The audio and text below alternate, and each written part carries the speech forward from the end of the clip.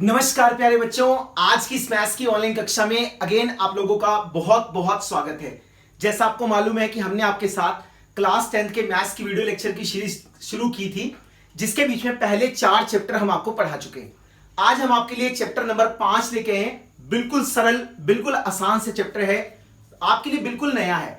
अगर आपको जमा घटा अच्छे से आती है तो आप इस चैप्टर को बहुत अच्छे से सीख पाएंगे। ठीक है सर, जरूरत है रोज का काम रोज करने की। चलिए इस चैप्टर को स्टार्ट करते हैं। ये जो हमारा चैप्टर है, इस चैप्टर का नाम है समांतर श्रेणी। समांतर श्रेणी इंग्लिश में हम लोग इसको बोलते हैं अर्थमेटिक प्रोग्रेशन। क्या बोलते हैं? Arithmetic progression. तो जब आप देखोगे तो इतना बड़ा लिखने के बजाय वहां पे एपी लिखा होता है, तो अगर एपी भी लिखा है तो उसका मतलब समांतर श्रेणी है। ठीक है जी।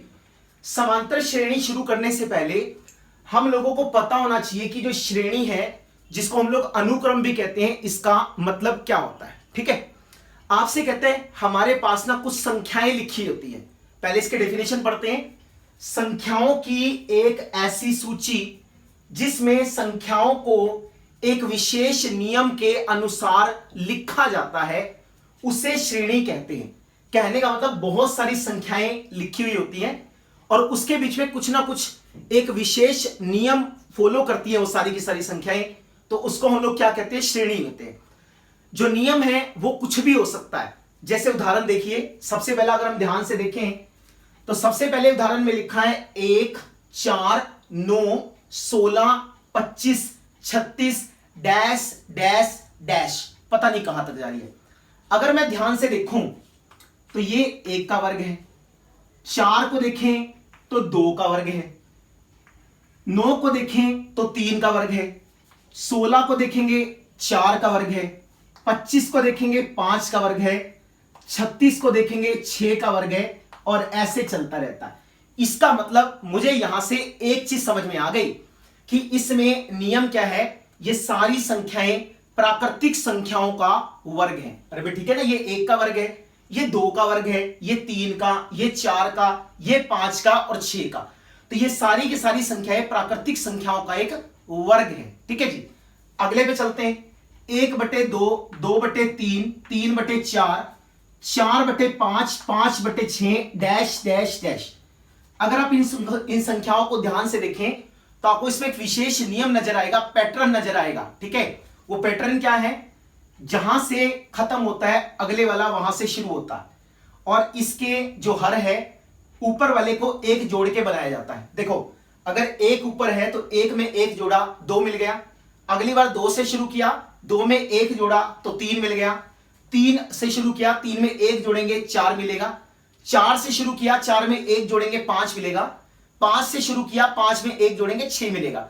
अगर मैं पूछूं इससे अगला बताओ, तो बिल्कुल सेम पैटर्न पे आप बना सकते हो। आप बोलोगे ये 6 से खत्म हो रहा है तो अगले वाला 6 से शुरू होगा, इसमें 1 ऐड करना पड़ेगा तो 7 हो जाएगा। उससे अगले वाला लिखने के लिए बोले 7 से शुरू होगा, 7 में 1 को ऐड कर देंगे 8, तो ये ऐसे जाता जाएगा। ठीक है ना। तो कहने का मतलब इसमें एक रिलेशन है। वो संबंध क्या है कि जो हर है वो अंश से 1 ज्यादा होगा और अगले वाली भिन्न का अंश पिछले वाली भिन्न के हर से शुरू हो जाएगा। ठीक है, इसको देखो ध्यान से। 2, 4, 6, 8, 10, 12 ये सारी की सारी सम संख्याएं हैं। 2 का पहाड़ा लिखा हुआ है। 1, 3, 5, 7, 9, 11, 13 ये सारी की सारी विषम संख्याएं हैं। ये सारी की सारी विषम संख्याएं हैं, 2 से भाग नहीं होती है। इसको देखते हैं। -10, -6, -2 और 2। अगर मैं ध्यान से देखूं तो इसके बीच में मुझे कितने का गैप दिख रहा है? मुझे 4 का गैप दिख रहा है ना। ऐसे ही अगर मैं इसमें देखूंगा तो मुझे 4 का गैप दिख रहा है। ऐसे ही अगर मैं इसमें देखूंगा तो मुझे 4 का गैप दिखेगा। इसका मतलब अगर मैं अगली संख्या देखूंगा तो 6 होनी चाहिए, क्योंकि 2 और 6 तभी तो 4 का गैप होगा।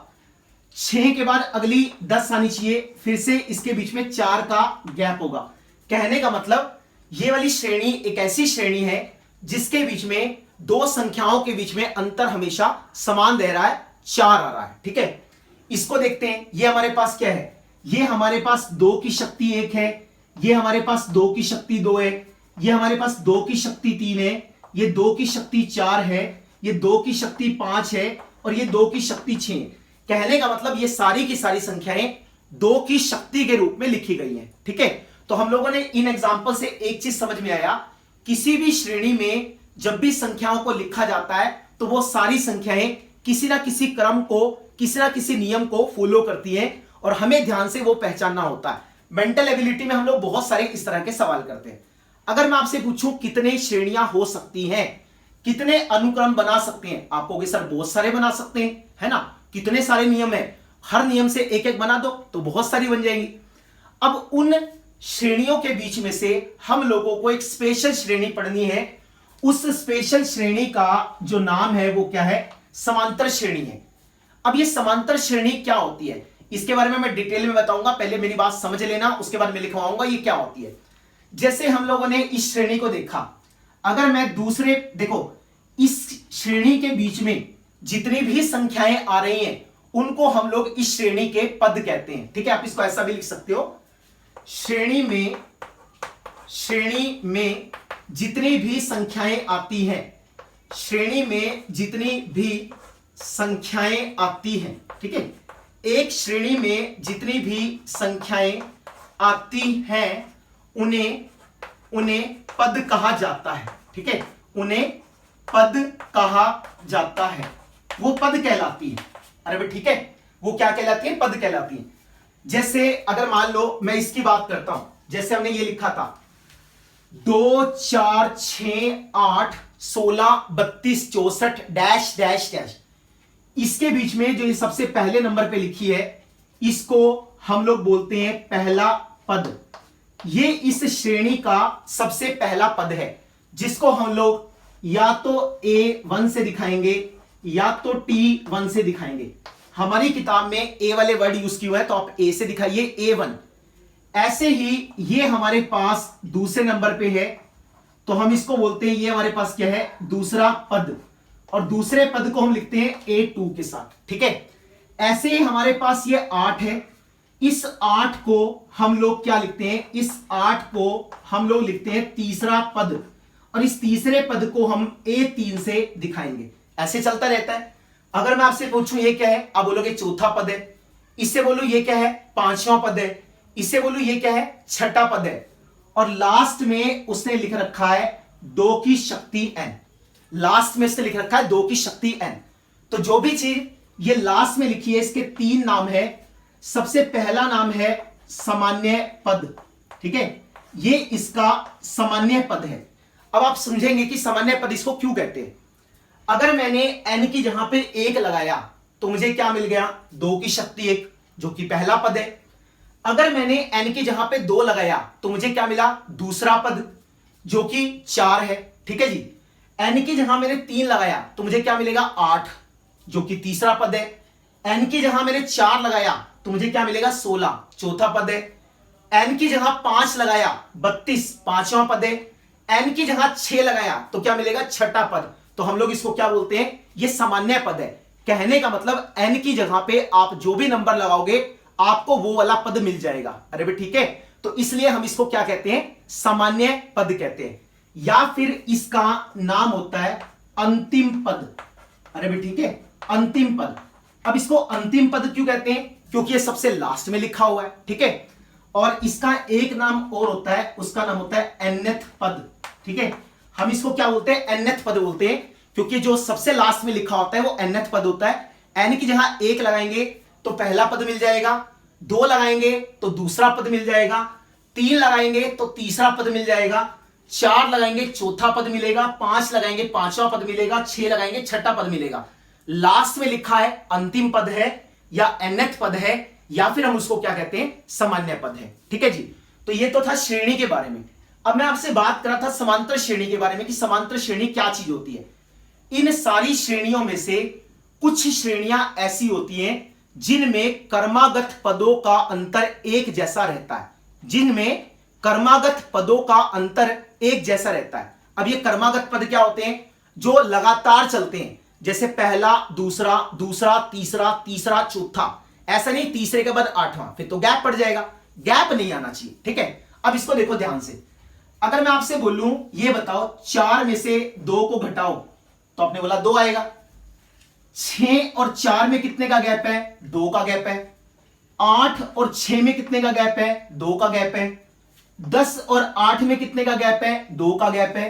12 और 10 में कितने का गैप है? 2 का गैप है। कहने का मतलब कर्मागत पदों में अंतर एक जैसा है। जिस श्रेणी में कर्मागत पदों का अंतर एक जैसा रहता है उसको हम लोग क्या कहते हैं? समांतर श्रेणी कहते हैं। तो इसका मतलब जो ये वाली चीज है वो क्या है? समांतर श्रेणी है। ठीक है, ऐसे इसको देखो, अगले में से पिछला घटाना, 3 में से 1 घटाया 2 आया। 5 में से 3 घटाया फिर से 2 आया। 7 में से 5 घटाया फिर 2 आएगा। 9 में से 7 घटाएंगे फिर से 2 आएगा। 11 में से 9 घटाएंगे फिर से 2 आएगा। और 13 में से 11 घटाएंगे फिर से 2 आएगा। तो अगर मैं देखूं तो इस श्रेणी में, इस संख्याओं की सूची में कर्मागत पदों का अंतर एक जैसा है। जब कर्मागत पदों का अंतर एक जैसा रहता है तो हम इसको क्या कहते हैं? समांतर श्रेणी। तो ये भी हमारे पास क्या है? समांतर श्रेणी है। इसके बारे में हम पहले बात कर चुके हैं कि सब में 4 का अंतर है। आप घटा के देख लो, माइनस का 6 माइनस का -10, -6 जमा 10, इसको घटाऊंगा तो क्या आएगा? 4। तो सब में 4 का अंतर है। और अगर 4 का अंतर है तो सीधी बात है सबका अंतर एक जैसा है। जब सबका अंतर एक जैसा रहता है तो ये क्या है? समांतर श्रेणी होती है, समांतर श्रेणी। ठीक है, इसको देखिए, जब मैं इसको देखूंगा तो कितने का गैप आ रहा है? 2 का। इसको देखिए कितने का अंतर है? 4 का। इसको देखेंगे कितने का अंतर है? 8 का। तो सबका अंतर एक जैसा नहीं है। तो जब सबका अंतर एक जैसा नहीं होता तो ये वाली श्रेणी समांतर श्रेणी नहीं होती है। ठीक है, तो अब तक हमने आपको क्या समझाया? अब तक हमने आपको यह समझाया श्रेणी का मतलब है संख्याओं को एक नियम के अनुसार लिखा जाएगा। जो पहले नंबर पे है पहला पद, जो दूसरे नंबर पे है दूसरा पद, और जो लास्ट में लिखा है उसको सामान्य पद, nth पद, या फिर क्या कहते हैं? अंतिम पद कहते हैं। सामान्य पद इसलिए कहते हैं, अगर मैं n की जगह 1 लगाऊंगा तो पहला पद, 2 लगाऊंगा तो दूसरा पद, 3 लगाऊंगा तो तीसरा पद, 4 लगाऊंगा तो चौथा पद। जो भी नंबर आप लिखोगे वही आपको दे देगा। तो इसलिए हम इसको क्या बोलते हैं? सामान्य पद बोलते हैं। फिर हमने सीखा श्रेणियां तो बहुत सारी होती हैं। इन श्रेणियों में हमें किसको पढ़ना है? हमारा इंटरेस्ट है समांतर श्रेणी में। ये क्या खास होती है? बहुत खास होती है। इसकी खासियत क्या है? जितनी भी कर्मागत पद हैं सबका अंतर एक जैसा रहना चाहिए। अगले में से पिछले वाले को घटा के देखते जाओ, अगर सबका अंतर एक जैसा है तो समांतर श्रेणी है। इसको घटा के देखा तब भी अंतर सेम था, समांतर श्रेणी है। इसको घटा के देखा तब भी अंतर सेम था, समांतर श्रेणी है। लेकिन जब मैंने इसको घटा के देखा तो अंतर सेम नहीं आया, तो यह समांतर श्रेणी नहीं है। ठीक है जी, इसके बाद हम आगे चलते हैं और देखते हैं समांतर श्रेणी के कुछ और एग्जांपल्स और साथ में डेफिनेशन। अब तक हमने आपको क्या समझाया? अब तक हमने आपको समझाया समांतर श्रेणी के बारे में कि समांतर श्रेणी एक ऐसी श्रेणी है जिसमें कर्मागत पदों का अंतर सदैव एक समान रहता है। ठीक है, जिसमें कर्मागत पदों का अंतर सदैव एक समान रहता है। इसमें जो ये वर्ड लिखा ना कर्मागत, ये बहुत इंपॉर्टेंट है। ठीक है, आइए देखते हैं, 1-2 एग्जांपल और करते हैं, लिखने की कोशिश करते हैं कि ये जो कहना चाह रहा है उसका मतलब क्या है। जैसे मान लो हमारे पास ये संख्याओं की सूची दे रखी है और आपसे कहता है कि हमें चेक करके बताना है कि ये समांतर श्रेणी है कि नहीं, ये अर्थमेटिक प्रोग्रेशन है कि नहीं है। ठीक है, तो आप क्या चेक करोगे? आपको मालूम है ये हमारे पास A1 पहला पद है, ये दूसरा पद है, ये तीसरा पद है और ये चौथा पद है। तो आप क्या लिखोगे? सबसे पहले आप घटाओगे A2 माइनस A1। हर बार अगले में से पिछले वाला घटाना है। ठीक है, तो हमने इसको घटाया 70 माइनस 100। तो आप देख सकते हो जब 70 में से 100 को घटाऊंगा तो माइनस का 30 आ जाएगा। फिर मैंने लिखा A3 माइनस A2। A3 में से A2 को घटा दो, जब मैं घटाऊंगा तो 40 माइनस का 70, फिर से माइनस 30 आ गया। ऐसा नहीं है कि आप 2 करके छोड़ दोगे, जितने दे रखे हैं कम से कम उनको तो चेक करो। A4 माइनस A3, चौथी टर्म क्या है? 10, और तीसरा पद क्या है? 40। तो जब मैंने इसको घटाया तो ये भी माइनस 30 आया। ठीक है, तो आप क्या लिखोगे? क्योंकि कर्मागत पदों का अंतर एक समान है। ठीक है, क्योंकि कर्मागत पदों का अंतर एक समान है। ठीक है, कर्मागत पदों का अंतर एक समान है, अतः यह एक समांतर श्रेणी है। इसलिए जो ये वाली श्रेणी हमारे पास लिखी है, ये वाली श्रेणी हमारे पास कैसी है? समांतर श्रेणी है। अगर आपसे कहे ना चेक करके बताओ तो घटा के देख लो। ठीक है, जैसे हमारे पास ये एग्जांपल है, इसको भी सेम तरीके से करेंगे। क्या लिखोगे? a2 माइनस a1 है ना, ये पहला पद, ये दूसरा पद, ये तीसरा पद और ये क्या है? चौथा पद है। तो लिखो, क्या लिखोगे? a2 माइनस a1, तो बोलो क्या बनेगा? 9 माइनस का 6, तो 3 बन गया। फिर हम लिखेंगे a3 माइनस a2, जब a3 में से a2 को घटाएंगे तो बोलो क्या बनेगा? हम लिखेंगे 12 माइनस का 9, तो 3 बन जाएगा। फिर हमने लिखा a4 माइनस a3, a4 में से a3 को घटा दो, जब घटाएंगे तो 15 माइनस का 12, तो ये भी 3 आएगा। सबका अंतर सेम आ रहा है। तो आप क्या लिखेंगे? क्योंकि कर्मागत पदों का अंतर एक समान है। ठीक है, क्योंकि कर्मागत पदों का अंतर एक समान है। जो कर्मागत पद है उन सबका अंतर एक समान है, अतः यह एपी है। इसलिए यह समांतर श्रेणी है। तो यह भी समांतर श्रेणी है। अगर मैं आपसे एक एग्जांपल और बोलूं और मैंने लिख दिया 3,3,3,3,3,3 ऐसे करके, तब भी आप चेक करके बता सकते हो। अगर मैं घटाऊंगा तो क्या लिखोगे? a2 minus a1, 3 minus 3 0, a3 minus a2, 3 minus 3 फिर से 0, a4 माइनस a3, 3 माइनस 3 फिर से 0। क्योंकि सबका अंतर एक समान है, अतः यह एपी है। इसलिए जो ये वाली चीज है वो समांतर श्रेणी है। तो अगर हमारे पास कोई भी एक श्रेणी दे रखी है तो इस तरीके से कर्मागत पदों को घटा के हम देख सकते हैं कि वो समांतर श्रेणी बनेगी या नहीं बनेगी। समझ में आ गया? उसके बाद एक चीज और ध्यान रखनी है, ये जो अंतर है जो हमेशा एक जैसा रहता है, इसको बोलते हैं सार्व अंतर। क्या बोलते हैं? सार्व अंतर। तो आप लिख लेना, यह अंतर जो सदैव समान रहता है। ठीक है, यह अंतर जो सदैव समान रहता है, उसे क्या कहते हैं? उसे सार्व अंतर कहते हैं। अरे भाई ठीक है ना, उसको हम लोग क्या बोलते हैं? उसको हम लोग सार्व अंतर कहते हैं और स्मॉल वाले डी से रिप्रेजेंट करते हैं। आपको याद रखना, कंफ्यूज नहीं होना।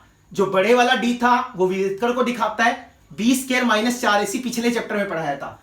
यहां पे हमारे पास है सार्व अंतर, जिसको हम क्या कहते हैं? डी कहते हैं। अगर मैं आपसे पूछूं इसमें सार्व अंतर क्या है, तो आप बोलोगे सर 3 3 3 3 है ना, समझ में आता है। अगर मैं आपसे बोलूंगा इसमें सार्व अंतर क्या है, तो आप बोलोगे सर 0 0 0। तो यहां से हम लोगों को एक चीज सीखने को मिलती है कि जो सार्व अंतर है वो माइनस में भी हो सकता है, जो सार्व अंतर है वो प्लस में भी हो सकता है, और जो सार्व अंतर है वो 0 भी हो सकता है। ठीक है ना, तो हम यहां से ऐसा लिख सकते हैं, अगर हमें डी निकालने का बोला जाए और कहा जाए कि समांतर श्रेणी है, तो सबसे पहली बात है a2 में से a1 को घटा दो। अगर आप a3 में से a2 को घटा दोगे तो भी डी आएगा, a4 में से a3 को घटा दोगे तो भी डी आएगा, क्योंकि सबका अंतर तो एक जैसा है। और इसके साथ ही हम एक चीज और लिखेंगे, डी जो है वो पॉजिटिव भी हो सकता है, 0 भी हो सकता है, या फिर नेगेटिव भी हो सकता है। ठीक है ना, हमने खुद ने देखा अभी जो सार्व अंतर है वो पहले माइनस आ रहा था, फिर प्लस आया और फिर क्या आया? 0 आया। तो उम्मीद करते हैं आप तक आपको यह समझ में आ गया होगा, किसी भी श्रेणी को समांतर श्रेणी तब कहा जाता है अगर कर्मागत पदों का अंतर एक जैसा रहता है। कर्मागत का मतलब दूसरे में से पहला घटाना है, तीसरे में से दूसरा घटाना है, चौथे में से तीसरा। ऐसा नहीं कि छठे में से तीसरा, वो कर्मागत नहीं रहेगा। ठीक है, अगर अंतर एक जैसा रहता है तो समांतर श्रेणी है, जो अंतर एक जैसा रहता है उसको सार्व अंतर कहते हैं। किसी भी दो कर्मागत पद को घटा लो, सार्व अंतर निकल जाता है, चाहे पहले वाले को घटा लो चाहे अगले वाले को घटा लो। और डी का जो मान है वो 0 भी आ सकता है, माइनस में भी आ सकता है और प्लस में भी आ सकता है। ठीक है जी, चलिए एक्सरसाइज के फर्स्ट क्वेश्चन पे चलते हैं और देखते हैं वो आपसे क्या कहता है। चलिए जी, एक्सरसाइज का सबसे पहला क्वेश्चन देखते हैं आपसे क्या कहता है। निम्न स्थितियों में से किन स्थितियों में संबंध सूचियों की संख्याएं एपी को दर्शाती हैं, और साथ में आपको यह बताना है क्यों। हमारे पास एक स्थिति दी हुई है, आपसे कहते हैं उससे जो आपको संख्याओं की सूची प्राप्त होगी, क्या वो सारी संख्याएं एपी बनाएंगी, और बनाएंगी तो क्यों बनाएंगी। क्वेश्चन को पढ़ते हैं, क्या कहते हैं। स्थिति क्या है, प्रत्येक किलोमीटर के बाद का टैक्सी का किराया, जबकि प्रथम किलोमीटर के लिए 15 रुपए है और उसके बाद प्रति अतिरिक्त किलोमीटर के लिए किराया 8 रुपए है। कहने का मतलब हमने एक टैक्सी वाले को बुक किया, वो टैक्सी वाला बोलता है कि जब मैं पहले किलोमीटर पे जाऊंगा तो 15 रुपए लूंगा, उसके बाद हर किलोमीटर के ऊपर 8 रुपए बढ़ाता रहूंगा। कहने का मतलब पहले किलोमीटर पे 15, उसके बाद जब मैं अगले किलोमीटर पे जाऊंगा तो 15 जमा 8 23, फिर अगले किलोमीटर पे जाऊंगा 23 जमा 8 कितना हो जाएगा 31, 31 के बाद फिर अगले किलोमीटर पे जाऊंगा तो 31 जमा 8 कितना हो जाएगा 39। ऐसे चलता जाएगा, ठीक है। तो आप क्या लिखोगे, प्रथम किलोमीटर के लिए टैक्सी का किराया, ठीक है। जो प्रथम किलोमीटर है उसके लिए जो टैक्सी है उसका किराया कितना है, उसके लिए उसका किराया 15 रुपए है, 15 रुपए, ठीक है जी। फिर आप क्या लिखोगे, 2 किलोमीटर सेकंड किलोमीटर के लिए टैक्सी का किराया कितना हो जाएगा 15 जमा 8 तो कितना हो गया 23 रुपए हो गया। अरे भाई ठीक है। फिर आप क्या लिखोगे, 3 किलोमीटर के लिए टैक्सी का किराया, तो 23 रुपए तो पहले से हैं, उसमें फिर से 8 जोड़ दो 31 रुपए, ऐसे चलता जाएगा। ऐसे अगर बोले 4 किलोमीटर के लिए टैक्सी का किराया तो कितना होगा 31 जमा में 8 कितना हो जाएगा 39। कहने का मतलब है हर किलोमीटर के ऊपर 8 रुपए बढ़ता जाएगा, ठीक है। तो अब आप क्या लिखोगे, संबंधित या सूची से प्राप्त, या ऐसे लिखो ना, क्या स्थिति से संबंधित या स्थिति से संबंधित संख्याओं की सूची, ठीक है। जो स्थिति है उससे संबंधित संख्याओं की जो सूची है वो क्या बनेगी। सबसे पहले पे कितना है 15, फिर कितना है 23, फिर कितना है 31, फिर कितना है 39, फिर कुचर पता ही नहीं कहां तक जाना। अगर आपसे कहा जाए कि चेक करके बताओ ये समांतर श्रेणी है कि नहीं, क्या आप नहीं बता सकते, बिल्कुल बता सकते हैं। A2 माइनस A1 है ना, पीछे तो किया था, ये A1 है, ये A2 है, ये A3 है और ये A4 है। तो A2 में से A1 को घटा दो तो 23 माइनस का 15 कितना आ गया 8 आ जाएगा। फिर इसको लिखेंगे A3 माइनस A2 कितना आएगा 31 माइनस का 23 करेंगे फिर से 8 आ जाएगा। फिर हमने लिखा A4 माइनस A3 कितना आएगा 39 माइनस का 31 फिर से 8। तो अब आप क्या लिखोगे, क्योंकि कर्मागत पदों का अंतर, क्योंकि कर्मागत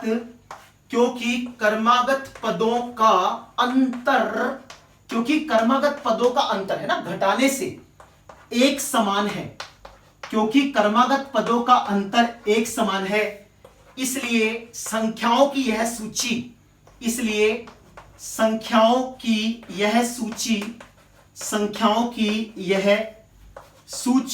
क्या है एपी है, एक समांतर श्रेणी है। बस उससे यही कहा था, एक स्थिति दे रखी है उसको पहचानो, पहचान के आंकड़े इकट्ठे करो, उससे जो सूची मिलती है आपको चेक करके बताना है कि समांतर श्रेणी है कि नहीं। तो A2 में से A1 को घटा दिया, A3 में से A2 को घटा दिया, A4 में से A3 को घटा दिया, सबको घटाने से 8 आ रहा है, 8 एक जैसा है, इसलिए समांतर श्रेणी है, ठीक है जी। यही करना था हम लोगों को। अगले चलते हैं सेकंड पार्ट पे। तो चलिए जी, इसके बाद सेकंड पार्ट पे चलते हैं। सेकंड पार्ट में देखिए आपसे क्या कहता है, किसी बेलन में उपस्थित हवा की मात्रा जबकि वायु निकालने वाला पंप प्रत्येक बार बेलन की शेष हवा का 1/4 भाग बाहर निकाल देता है, ठीक है। इसका मतलब समझते हैं क्या है।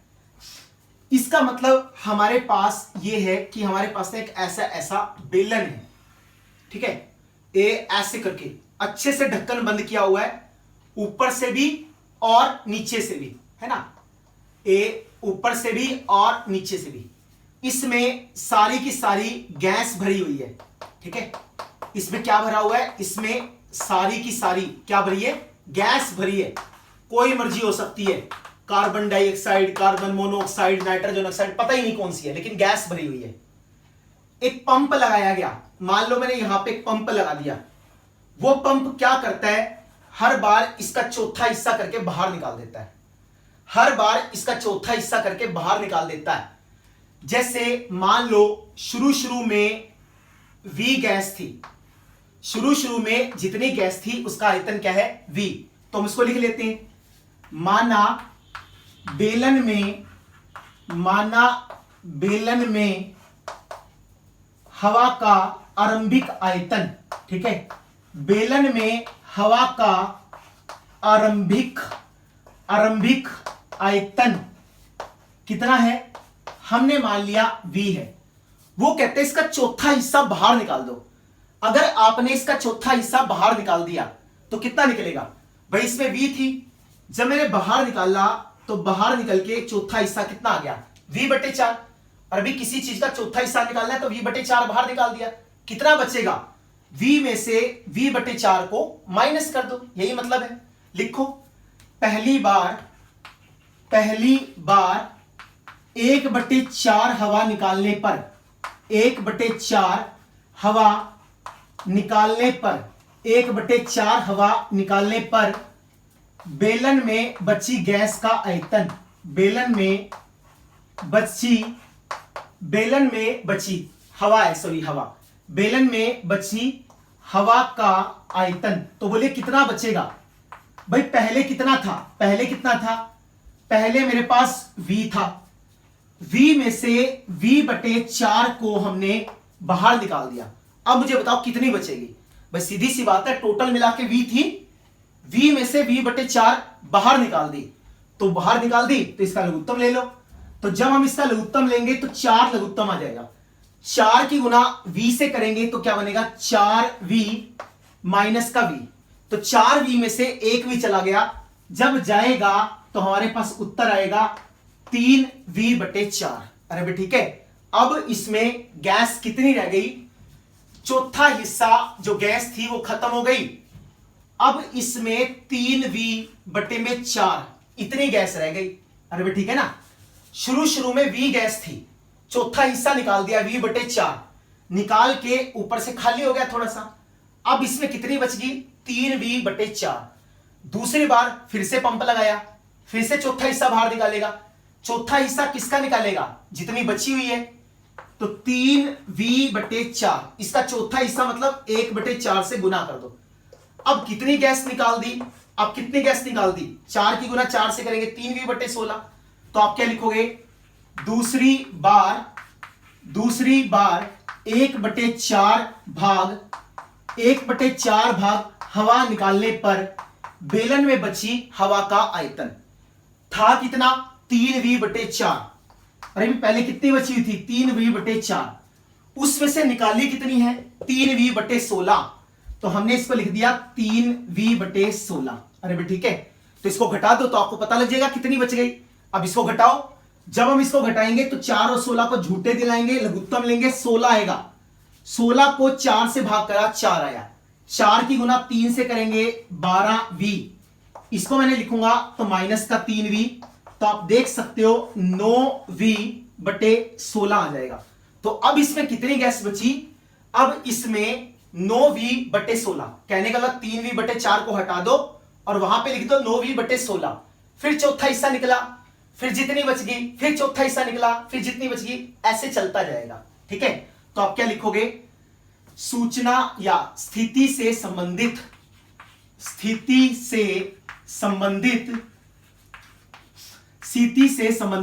संख्याओं की सूची, स्थिति से संबंधित संख्याओं की जो सूची हमें प्राप्त हुई वो क्या है।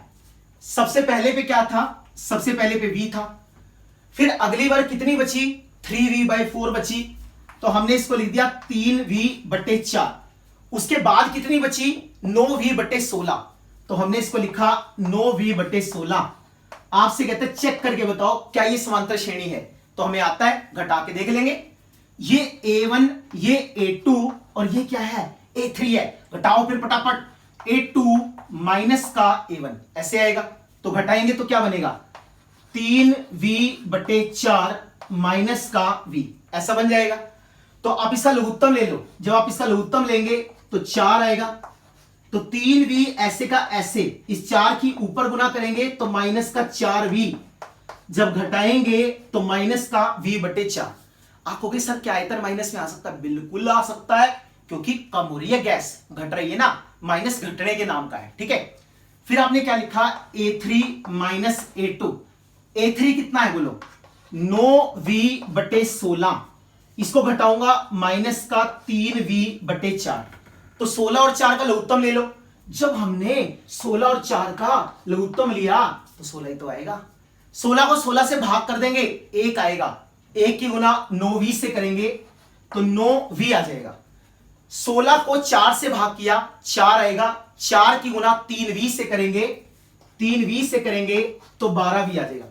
तो 9V में से जब 12V को घटाएंगे तो हमारे पास आएगा माइनस का 3V/4। अब मुझे देख के बताओ, क्या अंतर एक जैसा आ रहा है? कहां रहा है? यहां तो -V/4 है, यहां पे -3V/4 है, तो अंतर तो एक जैसा नहीं है। तो आप क्या लिखोगे, कर्मागत संख्याओं का या कर्मागत पदों का अंतर एक समान नहीं है।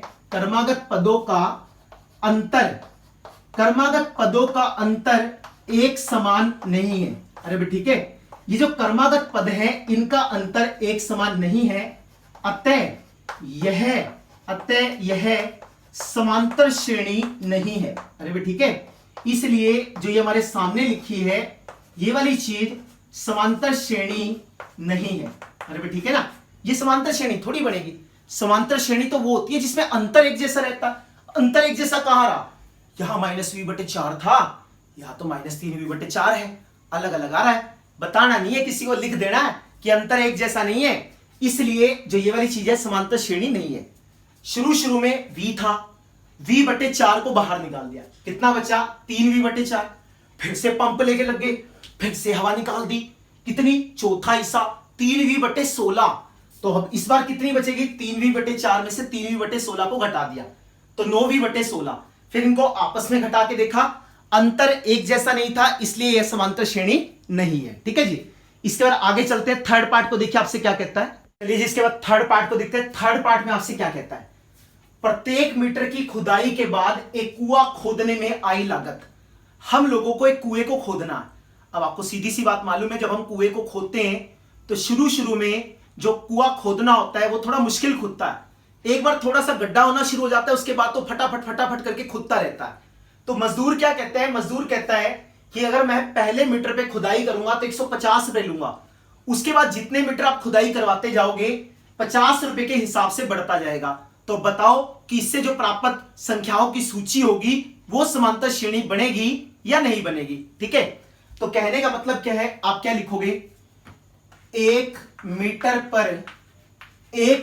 पर कुआं खोदने का खर्च। अरे भाई ठीक है, 1 मीटर पर कुआं खोदने का जो खर्च है वो कितना दे रखा है, वो 150 रुपए दे रखा है भाई। अरे भाई ठीक है, अगर आपसे कहा जाए 2 मीटर पे मुझे कुआं खोदना है, उसका खर्चा बता, कहता है 50 रुपए और जोड़ ले इसके बीच में, पहले 150 ले रहा था अब 200 रुपए लूंगा अगर 1 मीटर को खोद दूंगा। फिर कहता है चल ठीक है, अगर हमने 3 मीटर कुआं खुदवाना हो तो बता कितने पैसे लेगा। कहता है कुछ मत करो, पिछले वाले में 50 रुपए और जोड़ दो, अब तो मैं 250 रुपए लेके जाऊंगा, ऐसे कह रहा। कहता है जितने मर्जी खुदवाई चलो। शुरू में कुआं खोदने में दिक्कत थी 1 मीटर तक, उसके बाद तो गदागद करके मिट्टी बाहर तो निकालनी है, सही है।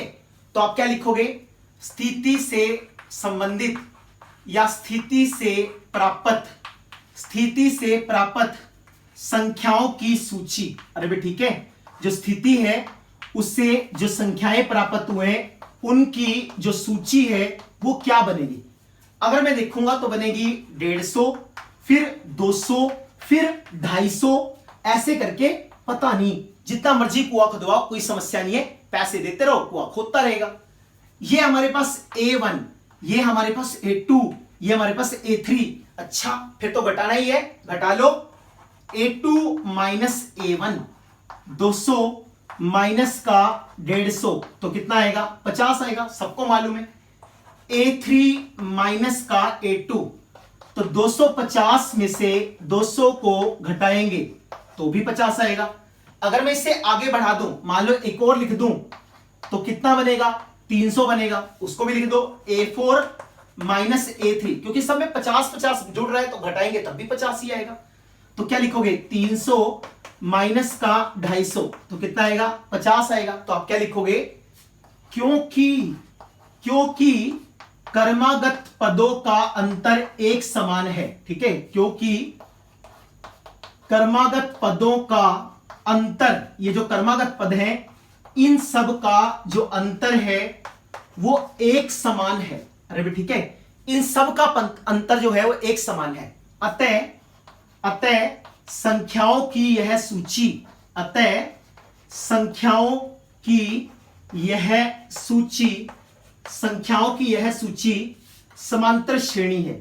अरे भी ठीक है, जो ये संख्याएं लिखी हैं ये सारी की सारी संख्याएं समांतर श्रेणी के बीच में है। तो बिल्कुल सिंपल है भाई, पहले मीटर पे कुआं खोदेगा 150 रुपए, अगले पे खोदेगा 200 रुपए, उससे अगला 300 रुपए, उससे अगला 400 रुपए, उससे अगला 450 रुपए। घटा के देखा सबका अंतर एक जैसा था। जो अंतर एक जैसा रहता है उसको क्या कहते हैं? सार्वंतर।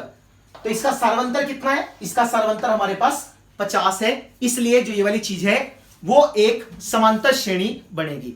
तो इसके बाद हम लास्ट पार्ट पे चलते हैं, फोर्थ पार्ट पे। देखिए आपसे क्या कहता है। चलिए जी, इसके बाद फोर्थ पार्ट पे चलते हैं। फोर्थ पार्ट में देखिए आपसे क्या कहता है।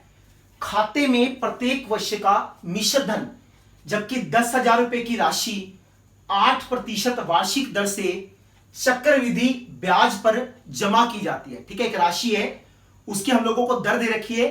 समय 1 वर्ष, 2 वर्ष, 3 वर्ष, 4 वर्ष, 5 वर्ष के बाद जितना भी मिश्र धन बनता है चक्रवृद्धि ब्याज के ऊपर, उससे जो हमें श्रेणी प्राप्त होगी हमें चेक करके बताना है क्या वो समांतर श्रेणी बनेगी। ठीक है, तो कहने का मतलब अगर मैं आपसे पूछूं, आपको याद होगा, अगर मैं आपसे कहूं कि मूलधन, तो आप बोलोगे सर मूलधन कितना है? मूलधन है 10,000 रुपए। ठीक है, यहां पे जो दर है, दर वो कितनी है? वो है 8% वार्षिक। समय कितना है? समय को एक बार हमने लिया 1 वर्ष, अगली बार 2 वर्ष, अगली बार 3, अगली बार 4, अगली बार 5। फिर अगर आपको अच्छे से याद होगा तो आपने अपनी 8वीं कक्षा में पढ़ा होगा चक्रवृद्धि मिश्र धन, है ना? उसका फॉर्मूला होता है, इसको बोलते हैं कंपाउंड अमाउंट। क्या होता है? मूलधन इनटू में 1 जमा दर बटे 100, इस सारे की शक्ति समय। अरे भी ठीक है, पी का मतलब प्रिंसिपल, जिसको मूलधन कहते हैं, है ना? ऐसे नहीं कहते ना हमारे स्कूल वाला प्रिंसिपल। हमारे वाले स्कूल वाला प्रिंसिपल नहीं है, मूलधन है। मूलधन का मतलब जितने पैसे हम ब्याज पे दे रहे हैं। ठीक है जी, भाई कितने पैसे हैं? 10,000 रुपए, तो हमने यहां पे लिख दिया 10,000। 1 जमा आर का मान कितना है? 8 बटे में क्या है? 100, और टी का मान कितना है? 1। टी का मतलब है समय, आर का मतलब है रेट, रेट का मतलब दर। अरे भी ठीक है, इसको काटो अगर कटता है, देखो 4 दूनी 8, 4 दूनी 8, 4 पंजे 20, 4 से मैंने काट दिया। अब आप इसका लघुत्तम ले लो, तो जब आप इसका लघुत्तम लोगे तो लघुत्तम लेके क्या आएगा? 25 लघुत्तम आएगा। 25 की गुना 1 से करेंगे तो 25 आएगा, इससे करेंगे तो 2 आएगा, इस सारे की शक्ति 1 हो जाएगी। तो इसको मैं लिखूंगा 10,000 गुना में 27 और बट्टे में क्या आएगा? 25। इसको काटे तो काट के क्या मिलेगा वो लोग? 25 चौके 100, 0 और 0, इसकी गुना करेंगे 7 चौके 28, 2, 4 दूनी 8 और 2 10। कहने का मतलब है अगर आप चक्रवृद्धि ब्याज के ऊपर 10,000 रुपयों को 8% वार्षिक दर पे 1 साल के लिए बैंक में जमा करोगे तो बैंक आपको 10,800 रुपए देगा 1 साल के बाद। समझ गए? अब अगली बार आप क्या लिखोगे? अगली बार आपसे कहता है कि जो समय है ना, समय, उसको आप लोग 2 वर्ष कर दो, और देखो 2 वर्ष के बाद कितने पैसे मिलेंगे देख लेते हैं भाई।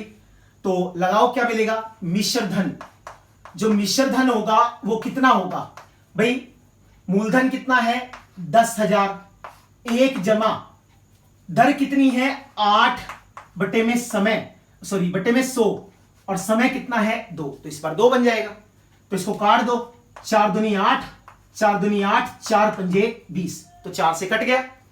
इसको लिखो क्या बनेगा, इसको लिखेंगे तो बनेगा 10,000, 25 लघुत्तम आएगा, 25 जमा 2, इस सारे की शक्ति 2, ऐसा बन जाएगा। तो अब हम इसको लिखेंगे 10,000 गुना में 27 बटे 25, और एक बार और से क्योंकि शक्ति 2 है तो 27 बटे 25 ऐसा आ जाएगा। अब इसको काटो, देखो 25 25 चौके 100, 0 और 0 कट गया पूरा पूरा। फिर ये 425 से कटेगा, 25 से कम 25 और 25 सीके 150, पूरा पूरा कट जाएगा।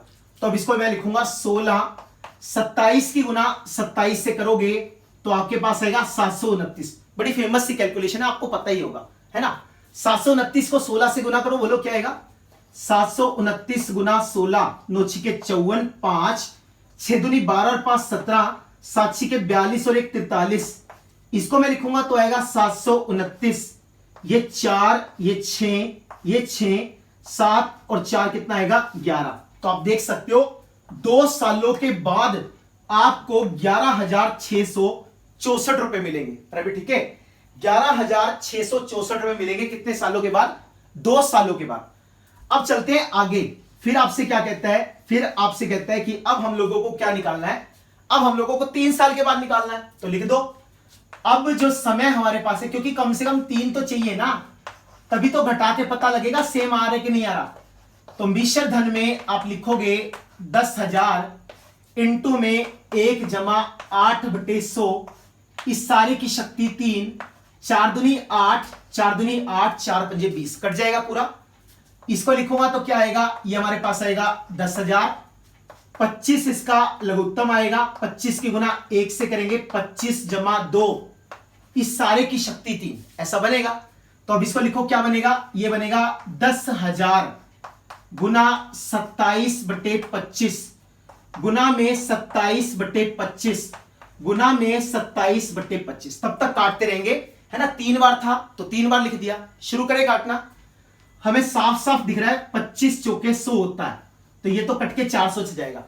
फिर से काटेंगे, 25 से कम 25 और 25 सीके 150, 16 से कट जाएगा। अब आपको मालूम है 27, 25 और 16 कोई भी एक दूसरे से नहीं कटता, कोई बात नहीं, गुना कर दो, कोई धक्का थोड़ी है। 16 गुना 27, 27 की गुना 27 से करेंगे 729, और बटे में हमारे पास कितना है 25 है। तो सबसे पहले 27 की गुना करते हैं 16 से। जब 27 की गुना 16 से करेंगे, 7 छिके 42, 4 6 दूनी 12 और 4 16, इसको मैं लिखूंगा 27, 2 13 1, 432 आ गया। अब 432 को 729 से गुना करो, क्या आएगा बोलो, 432 की गुना 729 से, 9 दूनी 18, 1 9 तिया 27 और 1 28, 2 9 चौका 36 और 2 38, फिर 2 से गुना किया, 2 दूनी 4, 2 तिया 6, 2 चौके 8, फिर 7 से गुना किया, 7 दूनी 14, 1 7 21 और 2 1 22, 2 7 चौका 28 और 2 30। तो हमारे पास आ गया 8, 2 6 4 10 और 8 18, 1 8 3 11 1 12, 2 14, 1, तो ये आएगा 3,14,828। तो यहां लिख दो 3,14,828 और बटे में क्या आएगा 25। पहले हमने 16 की 27 से गुना करी और जो भी आया उसकी गुना 729 से करी। अब हम इसको 25 से भाग करके देखेंगे और एग्जैक्ट देखेंगे कितना आएगा। अरे भाई ठीक है, तो इसको घटाते हैं, सबट्रैक्ट करते हैं, सॉरी क्या बोल रहा हूं, डिवाइड करते हैं इसको। ठीक है, चलो डिवाइड करो, क्या लिखोगे 3,14,828। 25 से शुरू किया तो क्या लिखोगे, 25 से कम 25, 11 में से 5 गया 6, 2 में से 2 गया 0, ये आएगा 25 दूनी 50, तो ये 4 आएगा, ये 1 आएगा। ठीक है, ऊपर से 8 उतारेंगे। अरे भाई ठीक है, फिर आपको मालूम है 25 पंजे 125 होता है, 25 छिके 150, तो 5 से जाएगा, तो 25 पंजे 150, सॉरी 25 पंजे 125, यहां लिखा 148 125, 8 में से 5 गया 3 और 4 में से 2 गया 2। अरे भाई ठीक है, 8 के बाद ऊपर से हमने 2 उतार लिया, तो आप लिखोगे 25 अट्ठे क्या आएगा 200। ऊपर से क्या आएगा, ऊपर से आएगा 32, 32 तो ये आ गया, यहां से 8 उतार लो, तो अब आप क्या लिखोगे 9 से जाएगा ना, 9 से 25 निमा हमने इसको लिखा, कितने से जाएगा 25 निमा 225, तो 12 में से 5 गया 7, 2 में से 2 गया 0, ऊपर से हमने 8 उतारा तो 78 बचेगा यहां पे। अब क्या लिखोगे 25 तिया कितना आएगा 25 तिया 75, फिर हमारे पास 3 आ गया, ना जाने की 0 उतारेंगे, ठीक है, तो आप क्या लिखोगे 25 से कम 25, फिर आपके पास एक 0 और उतारनी पड़ेगी, 25 दूनी 50, तो ये पूरा पूरा कट जाएगा। तो कहने का मतलब जब मैं इसको इससे काटूंगा तो 12,593.12 रुपए इतना आएगा। अरे भाई ठीक है, पहले साल के बाद 10,860 रुपए, दूसरे साल के बाद 11,664 रुपए और तीसरे साल के बाद 12,593.12 रुपए। तो देख लो क्या बनेगा। तो सबसे पहले आप क्या लिखोगे 10,800, फिर आप क्या लिखोगे 11,664, फिर आप क्या लिखोगे 12,593.20 रुपए, ऐसा चलेगा। अब हमें चेक करके बनाना है समांतर श्रेणी है कि नहीं, तो आप क्या लिखोगे A2 माइनस A1, घटाओ क्या आएगा 11,664 में से 11,664 में से 10,800 को घटाया 4 6 16 में से 8 गया 8 और ना जाने का एक 0 आ जाएगा, ये भी 0, तो कितना बना 864। फिर हमने घटाया A3 माइनस A2, जब आप A3 माइनस A2 घटाओगे तो क्या आएगा 12,593.12, इसमें से 11,664 को घटाएंगे तो 13 में से 4 गया 9, 8 में से 6 गया 2, 15 में से 6 गया 9 और 1 में से 1 गया 0, तो 929.12 ऐसा आएगा। अब देखो ये 864 है, ये 929.12 है, तो अंतर तो एक जैसा नहीं है, तो आप क्या लिखोगे कर्मागत पदों का अंतर एक समान नहीं है, ठीक है, कर्मागत पदों का अंतर, कर्मागत पदों का अंतर एक समान, कर्मागत पदों का अंतर एक समान नहीं है, अतः यह एपी नहीं है, इसलिए जो ये वाली चीज है वो समांतर श्रेणी नहीं है। थोड़ा सा कैलकुलेशन है इस सवाल में, बाकी कुछ भी नहीं है। P इंटू 1 जमा R बटे 100 की शक्ति T, 8वीं क्लास में हमने सीखा था। एक बार T को 1 रखा, एक बार T को 2 रखा, एक बार T को 3 रखा। पहली बार 10,800, अगली बार 11,664, उससे अगली बार 12,593.12 रुपए, ठीक है, 20 नहीं है, ये 12 है, तो 12 लिख लेना यहाँ पे। समझ में आ गया? तो बिल्कुल आसान सा और बिल्कुल सिंपल सा क्वेश्चन था। इसके साथ हमारा फर्स्ट क्वेश्चन कंप्लीट हुआ। उम्मीद करते हैं आपको समझ में आया होगा। इस तरह के क्वेश्चन पेपर में आने की उम्मीद कम रहती है, लेकिन फिर भी आपको अच्छे से पढ़ना है और यह समझना है कि किसी भी समांतर श्रेणी में एपी का मतलब, किसी भी श्रेणी में समांतर श्रेणी का मतलब क्या होता है। जब भी क्रमागत पदों का अंतर एक जैसा होगा उसको समांतर श्रेणी कहेंगे, ठीक है जी। तो उम्मीद करते हैं वीडियो आपको पसंद आया होगा। अगर यूजफुल लगे तो लाइक करना बिल्कुल मत भूलिए। चैनल को सब्सक्राइब नहीं किया तो अभी के अभी जाके चैनल को सब्सक्राइब कर दीजिए। अपने दोस्तों को भी बताइए ताकि वो लोग भी घर बैठ के शांति से अपनी पढ़ाई कर सके। पहले 4 चैप्टर कंप्लीट है, आप प्लेलिस्ट सेक्शन में देख सकते हैं। इंग्लिश मीडियम में भी अवेलेबल है, तो जो बच्चे इंग्लिश मीडियम के हैं वो वहां से भी पढ़ सकते हैं, ठीक है जी। तो इसी प्रकार हमारे साथ जुड़े रहिए। Thanks to all of you for watching my videos. Next video में मिलेंगे बहुत आसान क्वेश्चंस के साथ, तब तक के लिए बेस्ट ऑफ लक।